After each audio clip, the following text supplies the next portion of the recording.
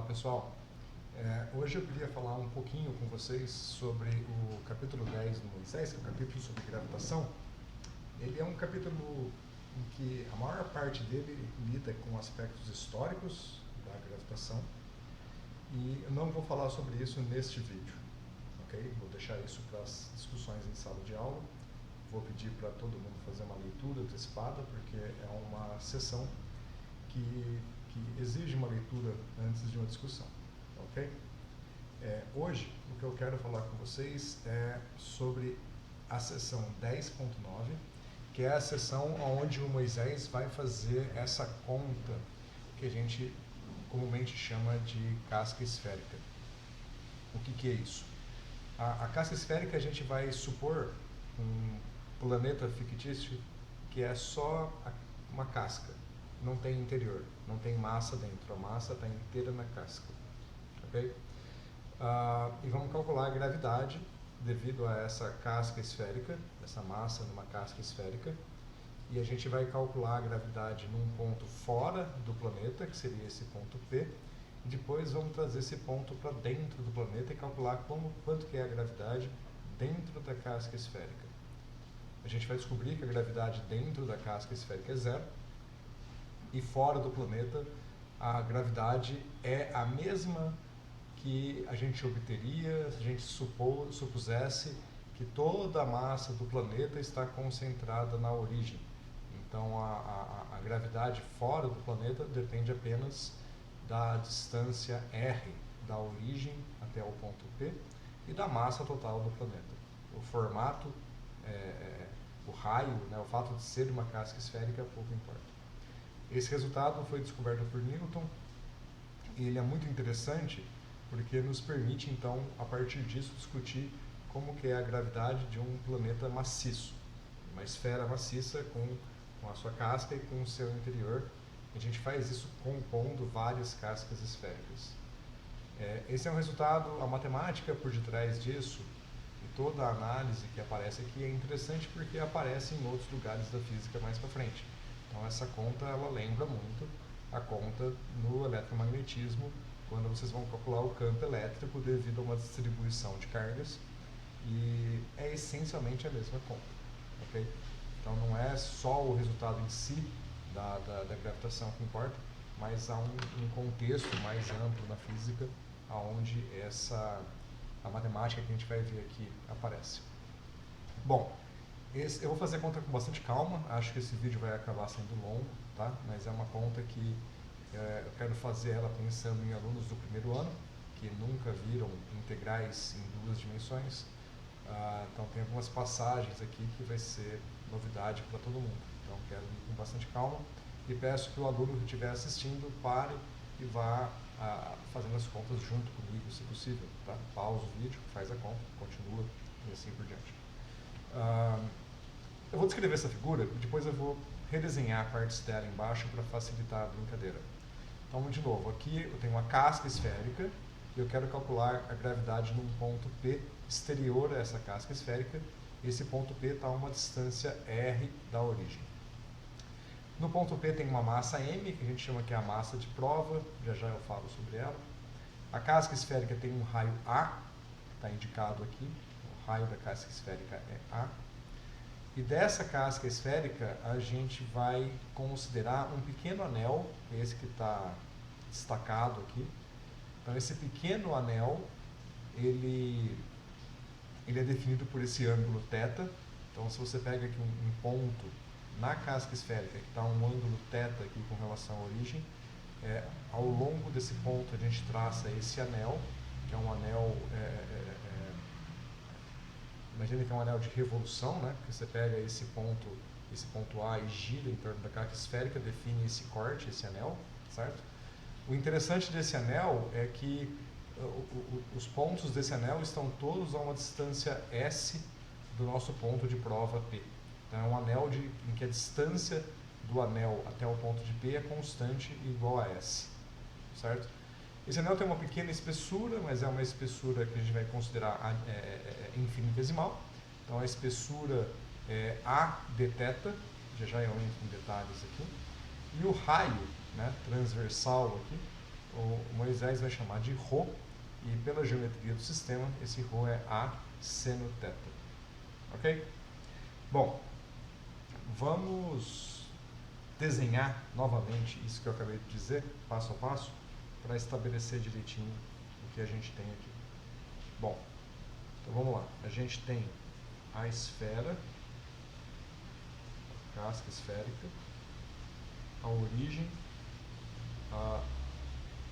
o ponto que vai definir, esse ponto que eu estou desenhando aqui é o equivalente deste ponto aqui, certo? Aqui de cima. Então, este ponto vai definir para a gente este ângulo θ. Deixa eu traçar aqui a linha até o ponto P. Esse aqui é o ponto P. Então, essa distância da origem até o ponto P é a distância R, e essa distância daqui até o ponto P é a distância S. Então, isso define o nosso triângulo OAP. Ok? Ok. E o ângulo θ fica definido aqui. Tudo bem? O que mais que tem de elementos nessa figura do Moisés aí? Bom, o outro elemento é que a gente vai considerar o anel com esse ângulo fixo. Então, a gente faz uma revolução. Então, a gente vai considerar este anel aqui assim. Esse anel tem uma certa espessura. A espessura eu vou desenhar aqui embaixo para ficar mais fácil. Então, essa espessura, o Moisés chamou de Adθ. Por que Adθ? Lembra que aqui o raio é A, né? O raio do anel é A. Então, se você pegar o ponto inicial aqui está num ângulo θ, o ponto final está num ângulo θ mais dθ. Se o ângulo θ for pequenininho, essa largura aqui a gente pode escrever como sendo A dθ, onde esse dθ é essa pequena variação infinitesimal que define um pequeno triângulo aí, né? Se eu quiser dar um zoom nessa brincadeira, é como se eu tivesse aqui a origem, né? Eu avanço aqui, tenho o ponto A, que está fazendo um ângulo θ aqui, a esfera está passando mais ou menos por aqui, certo? Aí eu pego um segundo ângulo aqui, que é o dθ. Então aqui eu tenho θ, aqui θ mais dθ. Então aqui eu tenho o final do meu anel. Então o meu anel tem essa espessura aqui. Ops, peguei a cor errada. O anel tem esta espessura aqui. Então este tamanho é como se fosse um triângulozinho, e este lado tem lado A, este lado tem lado A. Então este tamanho aqui é o que a gente chama de Adθ. Ok? Você pode imaginar que forma um triângulo, que é quase uma linha reta aqui, porque o ângulo é muito pequeno, então você pode aproximar como se fosse uma linha reta. Tá ok? O que mais que tem nessa figura que a gente vai precisar, que pode ser um pouco confuso? A distância aqui do ponto A até a origem, tá? Daqui até aqui, o Moisés chamou de Rho, e essa grandeza Rho, vou colocar aqui do lado, ela sai da geometria do problema, né? É essencialmente A seno de θ, certo? Dá para perceber visualmente que é A seno θ? Seno θ é Rho sobre A. Talvez assim fique mais claro, né? Se vocês desenharem aqui o triângulo, eu vou pegar de novo esse triângulo que está aqui embaixo, vou dar uma aumentada nele aqui. Então o ângulo θ está aqui. Lembra que esse cara é A e o Rho está aqui, né? Que é essa altura. Eu desenhei ela aqui, mas é essa alturazinha aqui, tá? Então seno de θ é cateto oposto, Rho sobre A, ou Rho é A seno θ. Então aqui sai Rho igual a A seno θ. Tudo bem? Acho que por enquanto essas são as grandezas que eu queria chamar um pouquinho de atenção, meio que justificar o que o Moisés desenhou aqui. Se não me engano, eu desenhei tudo que eu precisaria por enquanto. Vamos avançar nas contas. Se eu precisar, eu volto aqui para essa figura já já, tá ok? De novo, peço que para acompanhar bem esse vídeo, eu vou fazer as contas com bastante calma. Então, para acompanhar bem esse vídeo, eu peço que o estudante pause o vídeo e vá fazendo anotações por conta própria, para poder olhar no caderno sem ter que ficar indo e voltando aqui no vídeo, tá ok? Então tá, então vamos calcular. O que a gente quer calcular é a força da gravidade, né? Queremos a força, né? Em P, a força no ponto P, neste ponto P aqui em cima. Mas para calcular essa força F, a gente vai lembrar que a força F é menos o gradiente da energia potencial gravitacional. Okay? Então, na verdade, o que a gente vai calcular primeiro é calcular a energia potencial gravitacional devido a essa casca esférica. Certo? Então, nosso foco inicial é esse cara aqui. Bom, para isso, vamos lembrar de alguma coisa aqui, né? Então, só para recapitular,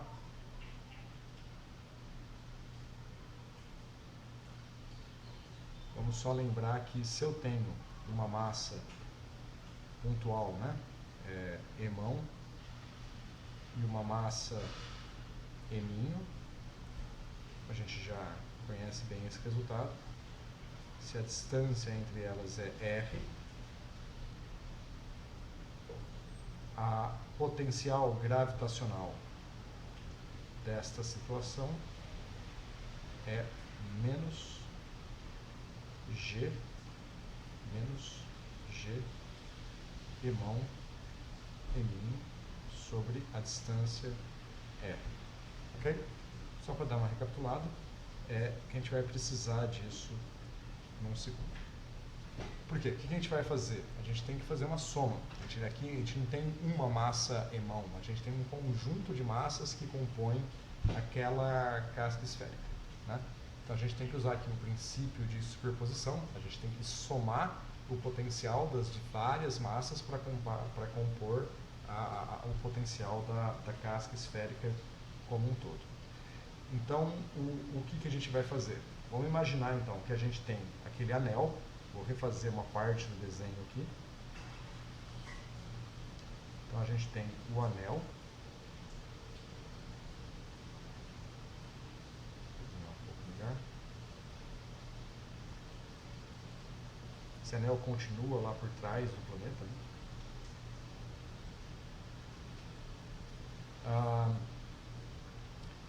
E tem o resto do planeta aqui, né? Vou desenhar o restante do planeta aqui.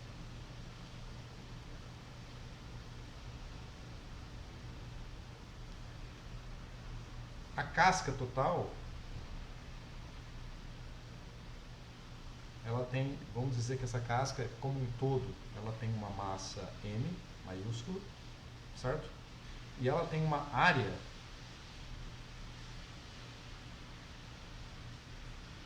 a área total da massa é 4π a quadrado, certo? Esse resultado vamos deduzir, o resultado de geometria, qual é a área da superfície de uma casca esférica, é 4π a quadrado.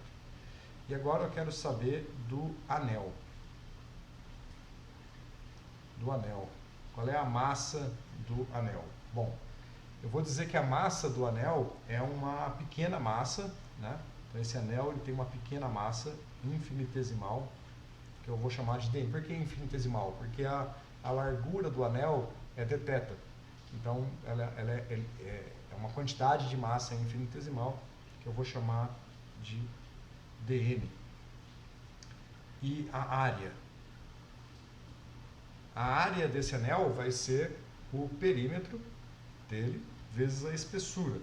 Então a área, o perímetro dele é 2π vezes o raio, mas lembra que este raio aqui é o raio ρ, 2π ρ, vezes a espessura, mas a espessura é aquilo que a gente tinha definido como o A de θ. A de θ. Ok? Mas o ρ, se a gente voltar aqui, é A seno θ. Certo? Então aqui, ó, o ρ é A seno θ. Então, trocando aqui, a área fica 2π A quadrado seno θ de θ. Tá, e o que eu faço com essa informação? Bom, o que a gente pode fazer com essa informação é o seguinte, se eu supor que a distribuição de massa nessa casca esférica é uniforme, não tem um ponto com mais massa, outro com menos massa, é a mesma quantidade de massa distribuída uniformemente ao longo da casca esférica, então é de se esperar que a razão da massa da casca pela massa da esfera como um todo, a massa do anel dividido pela massa da esfera, né, seja a mesma coisa que a razão da área do anel pela área da esfera, certo? Então a área do anel está aqui em cima, 2π A quadrado seno θ de θ dividido pela área da esfera, né, que está ali em cima, 4π A quadrado. Bom, a gente pode simplificar isso daqui, né? Claramente o A quadrado cancela, o π cancela, o 2 cancela com o 4, sobra 2 aqui, e acho que é isso. Então, a gente consegue isolar daqui e escrever que a diferencial, né, o infinitesimal de massa é meio de m seno θ de θ.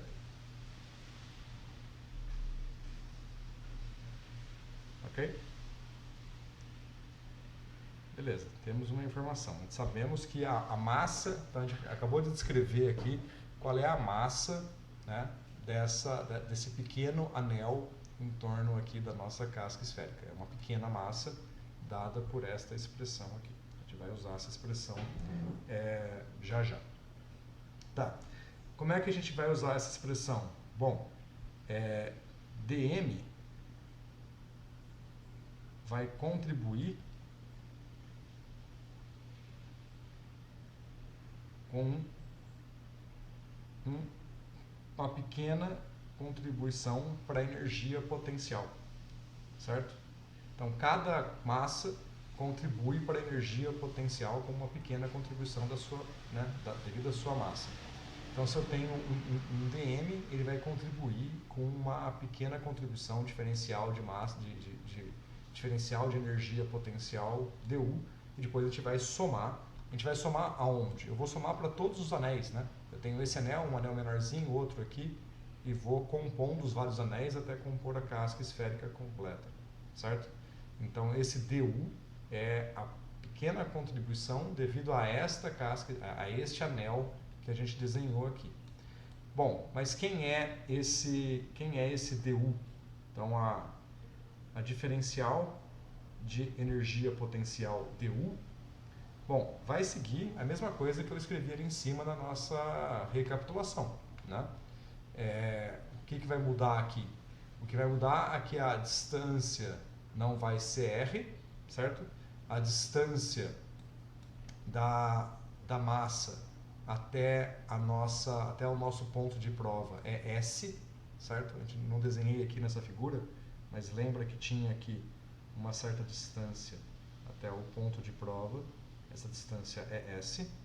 Então, aqui na nossa recapitulação, aqui, a distância é S, essa distância é que importa, tá? Todos esses pontos aqui estão distantes pelo mesmo S. Esse vem lá do fundo, né? Mas é S. Esse vem aqui da frente, também é S, forma um cone, né? Se for pensar.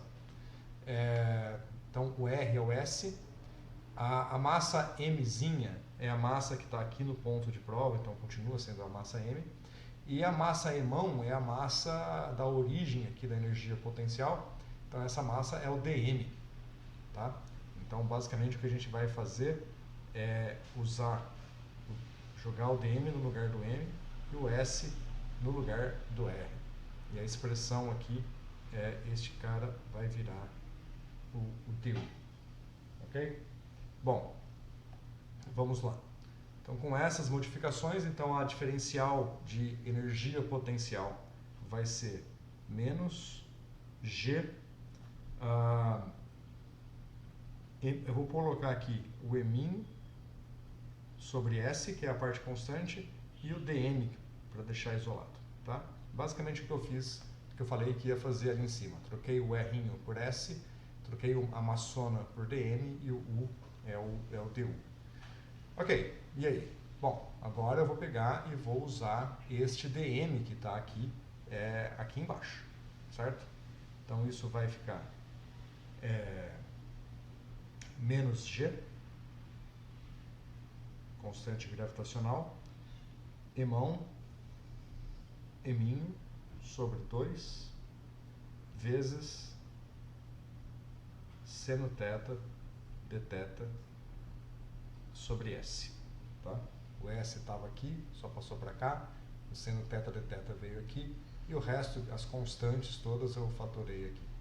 Perceba o seguinte, esse S, ele é uma constante se eu pensar aqui ao redor do anel, mas à medida com que eu vou pegando esse anel mais para frente e mais para trás, né, esse S vai mudando. Deixa eu voltar para a figura original aqui. Aqui, essa aqui tá boa. Se eu pegar esse anel mais para cá ou pegar esse anel mais para lá, a distância S vai aumentando ou vai diminuindo. Então esse S depende do θ. Tá? O S é uma função de θ. Que função de θ ele é? Não sei, pode ser uma função bastante complicada. Só vou chamar a atenção aqui que esse cara depende de θ. Okay? O resto é constante mesmo. Certo? E agora eu tenho que, basicamente, somar todos os anéis. Mas somar todos os anéis é a mesma coisa que integrar no ângulo. Vamos voltar na figura de novo. Essa aqui em cima. Certo? Eu tenho que somar nesse anel, no próximo anel, mais um anel. Mas isso é a mesma coisa que considerar um anel com θ perto de zero, com θ um pouquinho maior. Eu vou aumentando o θ, vou pegando anéis cada vez maiores, está chegando o maior anel aqui central, e depois vou pegando anéis aqui para o fundo. Certo? Posso fazer uma figura aqui embaixo para esclarecer um pouco mais isso. Basicamente como se eu tivesse aqui o planeta, né? Eu pego primeiro um ângulo pequenininho aqui, θ, isso vai me definir um anel aqui. Depois eu pego um outro ângulo um pouquinho maior, isso vai me definir outro anel aqui. Pego mais um ângulo um pouquinho maior, isso vai me definir outro anel, e assim por diante. Posso pegar mais um ângulo, o ângulo aqui quase 90 graus, né? Vai me definir um anel aqui central. Depois eu posso continuar pegando ângulos aqui para trás, vai me definir um anel aqui, certo? Até chegar em ângulos aqui quase rasantes, que vai me definir os anéis aqui. Então perceba que somar em todos os anéis é a mesma coisa que somar θ de 0 até π, certo? Começa em 0, aqui, que é o menor anelzinho, vai aumentando até π para pegar o anel deste lado aqui. Então a gente tem que pegar esse U e compor ele, somar ele para todos os θs. Mas somar para todos os θs, na linguagem de cálculo, né, é fazer a integral. Então o U, a energia potencial total, vai ser basicamente a integral do du, certo? Vou trocar o du pelo que está ali. Então vai ser menos G, Emão, Emin, sobre 2, que são constantes. E aí o que entra na integral mesmo é o que está variando com θ, que é o seno θ dθ, sobre a distância S, que de novo depende de θ, então não posso tirar da integral, e essa integral vai de θ igual a zero até θ igual a π. Bom, para eu conseguir fazer essa integral, eu preciso escrever como que essa variável S depende de θ. Esse é o maior desafio. Como é que a gente vai fazer isso? A famosa lei dos cossenos. Então perceba que vou só redesenhar o mesmo triângulo que apareceu lá em cima várias vezes. Você tem aqui a origem, ponto P, e aí você tem aqui o ponto A. Se precisar, volta no livro, ou volta lá no começo do vídeo, para pegar essas grandezas aqui. E o ângulo θ está aqui. A distância OP é a distância R, a distância AP é a distância S, e a distância OA é o raio da esfera, raio A. Então, da lei dos cossenos, se precisar dar uma pausa, vai para a Wikipedia, para o Google, procura aí a lei dos cossenos. A gente viu em sala de aula, usamos elas algumas vezes ao longo do semestre. Então, a lei dos cossenos aqui vai ser S ao quadrado igual a ao quadrado mais R ao quadrado menos 2AR cosseno θ. E daí, o que eu faço com isso? Bom, vamos tomar a derivada. Eu vou derivar essa expressão com relação a θ. Tá? Quem que depende de θ aqui? O S, né? Depende de θ. E o θ. A e R são constantes. Tá? A é o raio, R é a distância OP, que é tratada como uma constante aqui. Bom, como é que eu faço essa derivada? Eu quero calcular aqui, então vamos começar pelo lado esquerdo, que é a derivada com relação a θ de S ao quadrado. Aqui eu tenho que aplicar a regra do produto, eu posso pensar que S ao quadrado é S vezes S, ou regra da cadeia. Então, essa derivada de S vezes S, pensa no S ao quadrado como sendo S vezes S, que é mais fácil. Então, a derivada do primeiro vezes o segundo, mais o primeiro vezes a derivada do segundo. Então, vai ficar a derivada do primeiro, que é ds dθ, vezes o segundo, mais o primeiro, que é o próprio S, vezes a derivada do segundo, que é ds dθ. Então, claramente, isso daqui dá 2 vezes S ds dθ. Então, esse é o lado esquerdo. Tá? Vamos agora para o lado direito. Então, o lado esquerdo já vimos, né? Deu isso daqui. Então, vai dar 2S ds dθ. Agora, a derivada do lado direito dessa expressão que está aqui. A é uma constante, A quadrado também é uma constante. Derivada de A quadrado é zero. R ao quadrado é uma constante, derivada dele é zero. Menos 2AR fatora. Então, a única coisa que depende de θ é o cosseno, e a derivada do cosseno é o seno. Certo? Ok. Então, aqui vai ficar menos 2AR seno de θ. Olha só, fantástico. O 2 cancela, né? E daqui a gente consegue escrever como que eu quero escrever? Eu quero isolar o seno de θ dθ. Então eu vou passar esse dθ multiplicando, tá? E passar o resto dividindo. Então daqui a gente tira, né, que o seno de θ dθ dividido por S. Então eu vou passar esse dθ multiplicando para o outro lado, vou passar esse S dividindo.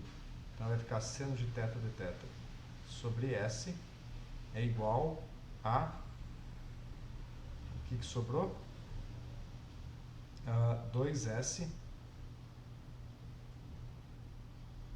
ds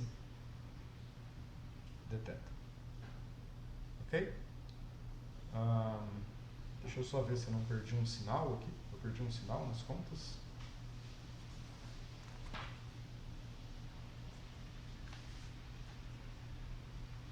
Perdi um sinal na derivada do cosseno, né? Derivada do seno é o cosseno, derivada do cosseno é menos o seno, perdão, gente.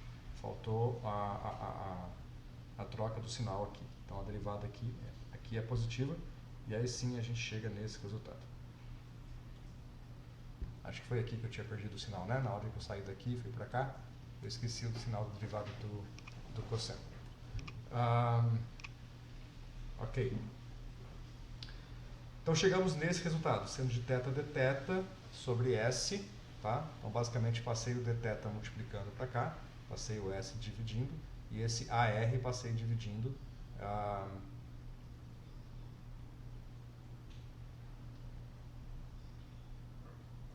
Me parece que eu perdi alguma coisa, desculpa, gente. Fiquei preocupado, acho que eu escrevi errado aqui, né? Fiquei preocupado com o sinal aqui e me confundi na apresentação. Deixa eu voltar um pouco. Então aqui, na verdade, a gente chegou em ds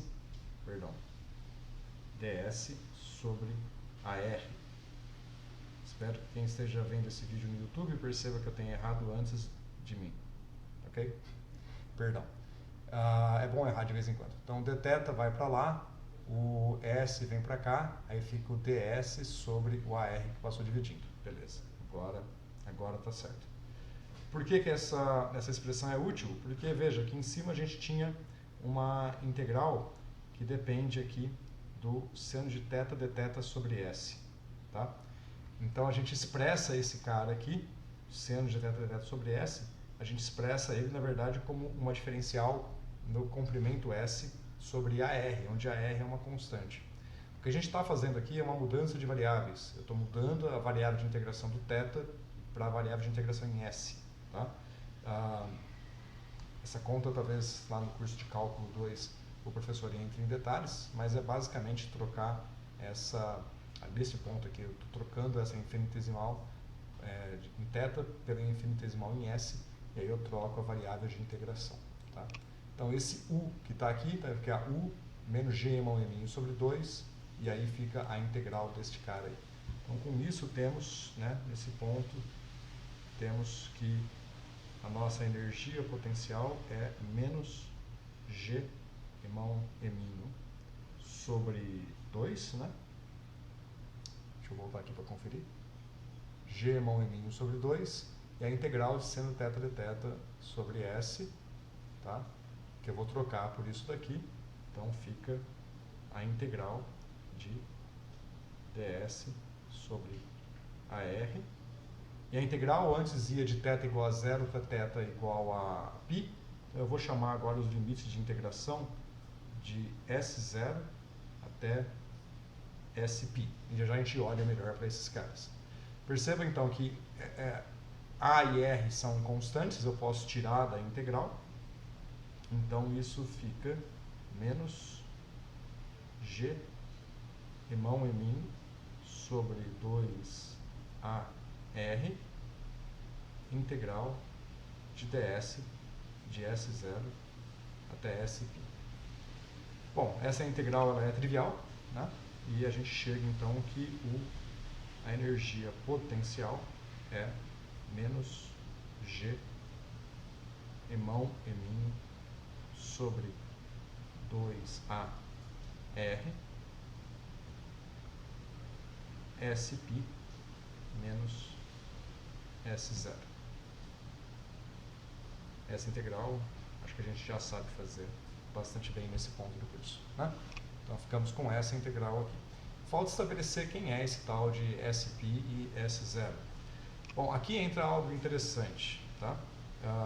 Então vamos lá, quem que é o SP e o S0? Vamos desenhar de novo nosso planeta, o nosso ponto P, que está a uma distância R. E lembrando que o S é o ponto, né? Você tem um certo ângulo θ, o S é a distância desse ponto até o ponto P. Então perceba que, e lembrando que esse raio é A, né? Então perceba que quando θ é 0, o S0 vai ser basicamente R menos A.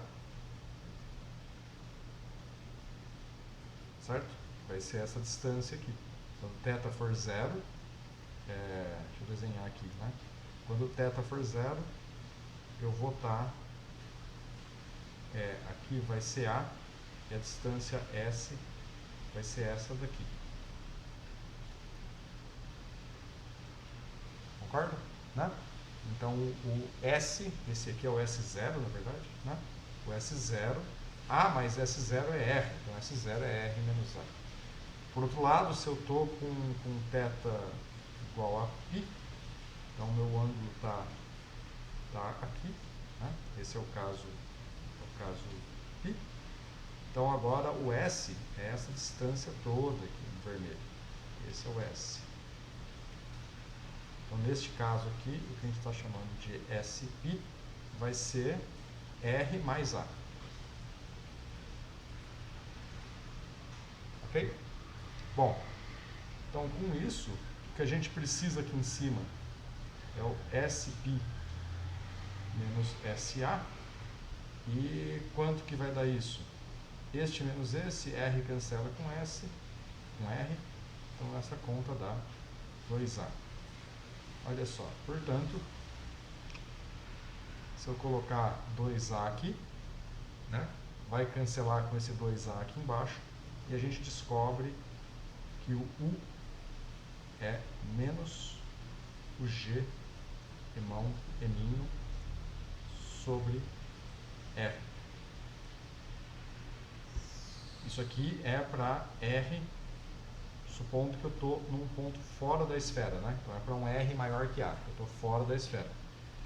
Mas perceba que essa daqui é exatamente a expressão da energia potencial se eu tivesse uma massa emão na origem e uma massa emim num ponto P e a distância entre elas fosse R. É a mesma expressão. Então a energia potencial e, consequentemente, a força gravitacional num ponto P fora da nossa casca esférica é exatamente a mesma expressão que se toda a massa da casca esférica estivesse concentrada na origem. É como se fosse pontual. Então o fato dessa massa ter um raio R é completamente irrelevante se eu estou lá fora. O que eu vou, a gravidade que a gente vai sentir é a mesma que se essa massa toda estivesse concentrada na origem, num único ponto. Ok? E se o ponto estiver dentro da esfera? E agora se eu estou com o P dentro? Bom, aqui é interessante que toda a conta que a gente fez, quase toda a conta que a gente fez, não se interessa se eu estou trabalhando com um ponto P dentro ou fora. Vocês podem dar uma revisada, mas em nenhum momento as geometria das grandezas que eu calculei dependem se esse ponto P está dentro ou fora da esfera. A única coisa que depende se o ponto P está dentro ou fora da esfera é o S0 e o SP. Então vamos recalcular esse S0 e SP agora com o ponto P dentro da esfera. Bom, vamos lá. Desenhar a esfera maior agora, vou precisar de espaço. A origem está aqui. E vamos colocar o ponto P aqui, dentro da esfera. Então a distância R agora é essa daqui. E a distância S, se eu definir aqui nosso ângulo θ aqui, esse é o raio A, a distância S vai ser essa daqui.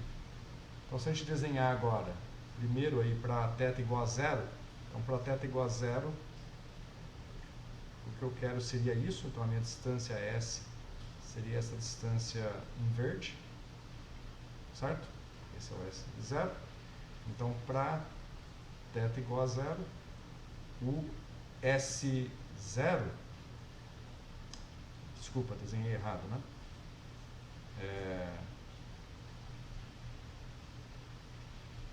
Desenhei errado. O S0 é a distância daqui até aqui, né? Essa distância aqui. É a distância do ponto de θ igual a 0, que é esse aqui, até o ponto P. Então esse é o S0. Então quem que é a distância S0? Vai ser A, que é o raio, menos R. A, que é esse raio aqui, menos o R, que é esse cara aqui, que dá o S0. E se eu pegar para θ igual a π, aí o meu ponto de interesse é esse, e o meu S é a distância dele até o ponto P. Esse é o SP, aqui é o π. Então, o SP vai ser o raio A mais R. Olha que interessante, você olhar aqui em cima, é exatamente o oposto, né? Aqui era R menos A, aqui é A menos R, aqui é R mais A, aqui é A mais R. É exatamente o oposto. E o que nos interessa na expressão é essa expressão aqui em cima que a gente vai usar, tá? Então agora a gente quer saber quem que é SP menos S0. Então o SP menos S0, A menos A dá 0, R menos R dá 2R. Se a gente jogar isso na expressão aqui do U, vai ficar um 2R, que vai cancelar esse 2R embaixo. Então vai ficar aqui, neste caso aqui, a energia potencial é menos G irmão M sobre A. Olha que interessante, isso aqui para R menor que A. Olha que interessante, agora a gente pode perceber o seguinte, eu posso graficar quem é a energia potencial U como função da distância R, e vamos colocar o raio A aqui, tá? Marcar minha referência do raio A neste ponto. Bom, o que a gente viu aqui? Se o R é menor do que A, eu tenho esta expressão que está aqui na tela, e é uma constante, não depende de R, né? É menos G mão M sobre A. É basicamente um bando de constante. Então, para R menor do que A, o U é um valor constante. Deixa eu pôr de outra cor para ficar mais visível. O U é um valor constante. Para R maior do que A, aí a expressão que vale é esta daqui, certo? Então é uma grandeza que cai com 1 sobre R, que é o que a gente está acostumado, né? Então esse cara aqui é 1 sobre R, e se eu extrapolar, ele continuaria aqui, né?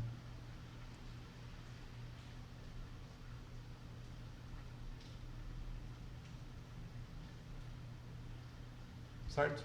Então esse é o gráfico da energia potencial como função de R. Se o R é maior do que A, é o tradicional 1 sobre R, que leva a força da gravitação usual. Se o R é menor do que A, é uma constante. Elas se juntam aqui nesse ponto, né? Se tocam aqui nesse ponto. E quem é a força? Bom, lembrem-se que a força é menos o gradiente da energia potencial, certo? Bom, a gente está numa situação aqui de coordenadas esféricas, né? Então o que nos interessa é a derivada da direção radial. Então a gente pode escrever que a força, né, na direção radial, vou chamar de F radial, vai ser simplesmente menos a derivada da energia potencial com relação a R. Mas olha só, se aqui é constante, a derivada da constante é zero, né? Então a gente chega aqui para R menor do que A força é zero. Para R maior do que A força, basta tomar a derivada, né? Deixa eu voltar aqui em cima, é basicamente a derivada de 1 sobre R, que dá menos 1 sobre R ao quadrado, né? Cancela esse menos, aí depois tem mais um menos que vem aqui do gradiente, então vai dar menos G irmão M sobre R ao quadrado, que é a expressão usual que a gente está acostumado, né? Então, é como se a massa toda tivesse concentrada num único ponto. Basicamente, o que isso está dizendo é que se eu estou fora do planeta, eu sinto uma gravitação que é igual Veja, é a continuação dessa curva aqui. Se a massa toda tivesse, se o A fosse zero, essa curva simplesmente ia seguir essa linha aqui. E a gravidade fora do planeta não percebe o fato dele ter um raio A nessa casca esférica. Okay? Então tudo depende, se eu estou fora do planeta, depende apenas da distância que eu estou dele, da origem, né? E não do raio do planeta em si. Ok? Então esse é o resultado. Eu posso graficar essa força também, né? Então se eu fizer um gráfico da força como função do raio R, traçar aqui o ponto A como minha referência, de novo é algo semelhante. Se o R é menor do que A força é zero. Se o R é maior do que A força cai, é negativa e cai com 1 sobre R ao quadrado. E eu poderia continuar ela aqui, tem a divergência para cá, né? Então ela é assim, essa é a solução. Aqui eu estou extrapolando a solução para baixo, para lembrar que como seria a curva se toda a massa tivesse concentrada na origem e não numa esfera de raio A. Ok, gente? Esse é o resultado, o principal resultado da seção 10.9 do Moisés. Tá? O que falta aqui é agora a gente considerar o caso da esfera maciça.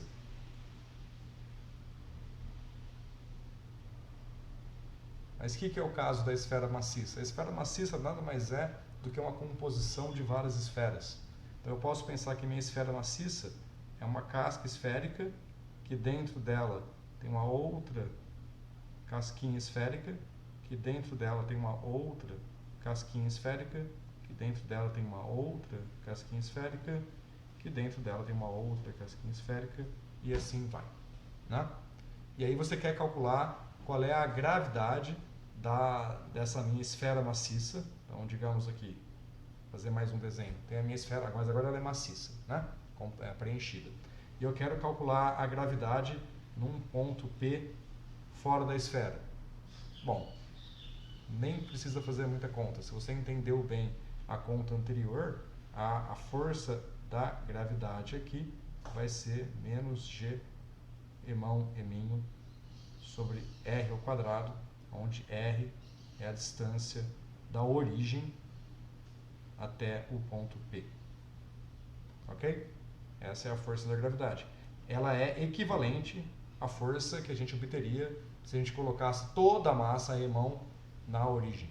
Não há diferença para a gravidade no ponto P entre esta figura e se eu apagar o planeta e colocar toda a massa aqui, não faz a menor diferença. A gravidade é a mesma. Agora, se eu estou dentro, tá? Então esse aqui é o caso que eu estou fora, né? Se eu estou dentro do planeta, aí a brincadeira muda, né? Como é que vai mudar? Se eu supor que eu estou num ponto P dentro do planeta, eu posso pegar e definir aqui o meu raio R e traçar uma esfera que passa por esse raio R até o ponto P. E agora eu posso pegar toda esta região aqui, exterior ao ponto P. Eu posso entender que toda esta região são cascas esféricas, né? Além do ponto P. Qual é a contribuição delas? Né? Zero.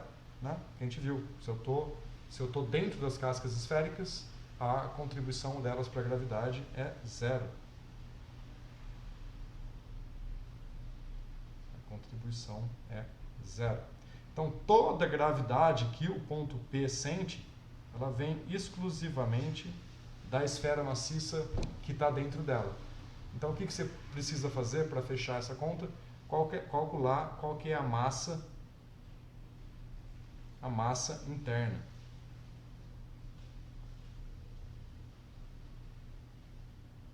qual é a massa interna? Qual é a massa, se o planeta todo tem massa m, e a gente vai supor que é uma distribuição uniforme de massa, qual é a massa que está dentro desse pedacinho? Vamos chamar essa massa interna de mi, enquanto que a massa total, né, é m. Emão é a massa total da casca em marrom e do recheio aqui em verde, tá? Então eu quero saber qual é a massa desse recheio, essa massa interna ao raio R. Vocês sabem fazer, né? Então essa passagem eu vou deixar para vocês e basicamente o que vocês vão tirar é que a força da gravidade nesse ponto P vai ser basicamente menos G, massa interna, vezes a massa de prova, dividido pela distância R ao quadrado. Eu coloquei o quadrado aqui em cima? Coloquei. Então a distância é R ao quadrado. Então tudo se passa, o que importa é a massa interna a esse volumezinho aqui. Essa é a massa que contribui. Isso vem basicamente das discussões que a gente acabou de ter ali em cima. Acho que esse é o último resultado matemático dessa sessão 10.9, certo? E todo o resto que tem aqui nessa 10.9 são basicamente outras maneiras de argumentar que o Moisés apresenta, mas são equivalentes às minhas. A única coisa que talvez esteja faltando é uma interpretação geométrica do porquê que a gravidade dentro da casca esférica é zero. Essa interpretação é bastante simples, eu vou deixá-la aqui de forma pictórica para fechar o vídeo. Então você imagina que você tem aqui o planeta, a casca, não a casca esférica, né? Só a casca. Então aqui eu estou pensando só na casca novamente. E eu pego um ponto P qualquer aqui dentro. Certo? Então eu estou num ponto P qualquer aqui dentro. Bom, eu posso pegar e traçar duas retas aqui, passando por esse ponto P, cortando esse planeta. Digamos essa e essa. Tá? E o que vai acontecer é que aqui você tem um certo conjunto de massas, desenhar de outra cor, desenhar de azul. Então aqui você vai ter uma certa massa.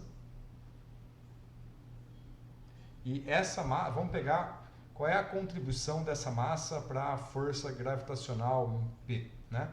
Essa massa está atraindo P com uma força nesta direção. Se eu pegar só essa massa, esquece o resto do planeta, só essa pequena massa aqui, vai ter isso aqui. Perceba que o ângulo aqui é o mesmo, né? Então o ângulo, essas duas retas que eu tracei aqui, cortando o ponto P, o ângulo aqui é θ, aqui também é θ. Então você percebe que a massa do outro lado, ela é maior. Certo? Ela é maior, mas ela está mais distante. E essas coisas se contrabalançam. E a atração gravitacional que esse conjunto de massas faz em P é nessa direção. E o que acontece é que essas duas forças se cancelam. Tá? E isso vem por uma relação geométrica do fato da força gravitacional cair com 1 sobre R ao quadrado. E essa massa aqui crescer com 1 sobre R, crescer com R ao quadrado, né? Porque aqui você tem um raio, um ângulo fixo, né? E aqui você tem uma distância.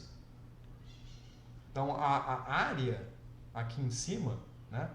Ela cresce com esse R ao quadrado. Vamos desenhar assim, ó. Se eu tenho aqui vamos dizer que a distância de P até esse ponto aqui, esse triângulo aqui, tem um lado, eu vou chamar de, vamos chamar de B, para não usar a letra que a gente usou lá em cima, tá? B é esse raio aqui. Então a área dessa massinha aqui,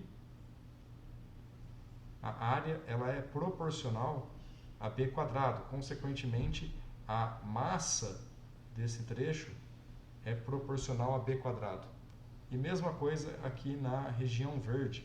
Se eu falar que esse raio aqui e este raio aqui são de tamanho C, então aqui a área e a massa são proporcionais a C quadrado, que é esse raio. Só que a força, né, essa força em azul, né, a contribuição da força, ela é, deixa eu pôr aqui, a contribuição da força, ela é proporcional a 1 sobre essa distância ao quadrado. Assim como essa força em verde também vai ser proporcional a 1 sobre essa distância ao quadrado. A força vai estar aqui, né? A força vai com 1 sobre a distância ao quadrado, né? Então, o que acontece é que essas contribuições são iguais, né? A forcinha em azul aí, ela vai ser proporcional a 1 sobre b quadrado, por causa da lei da gravitação, mas ela vai ser proporcional a b quadrado por causa da massa que entra no numerador, que cresce com b quadrado. Então, esses caras aqui se cancelam. E essa força, na verdade, não depende dessa distância. Então, a força deste pedacinho azul de massa é igual à força desse pedacinho verde de área, e essa força cancela essa daqui, e isso vale para quaisquer pares de áreas que eu pegar dessa esfera como um todo. Sacaram? Então essas forças se cancelam e, consequentemente, a força resultante no ponto P dentro da casca esférica é zero. E daí segue todo o resto que a gente discutiu lá em cima. Essa é mais uma interpretação geométrica. Isso é super interessante porque se a força gravitacional não fosse 1 sobre R2, praticamente todos os resultados deste capítulo 10 do Moisés não seriam válidos. As leis da gravitação, as leis de Kepler, as medidas de Tycho Brahe que foram discutidas, tudo é consequência de ser 1 sobre R2, não poderia ser 1 sobre R elevado a 2,1, esse R não poderia ser elevado a 1,99, tem que ser 2. E tem que ser um 2 bastante exato para que as leis da gravitação funcionem do jeito que a gente mede hoje em dia. Bem interessante isso, a gente pode discutir ao longo do curso mais, quando voltar do recesso, mas acho que por hoje é só, ok? Tem mais uma parte desse capítulo que eu não falei, que é a 10.10 e a 10.11, talvez eu faça um vídeo sobre esses assuntos também, ou depois eu falo em sala de aula, vou decidir depois, mas a parte mais delicada aqui era essa do 10.9, que é a parte que é a matemática mais nova para vocês, e isso está feito. É o que a gente viu aqui no vídeo, então por hoje é só. Beleza, gente? Até a próxima.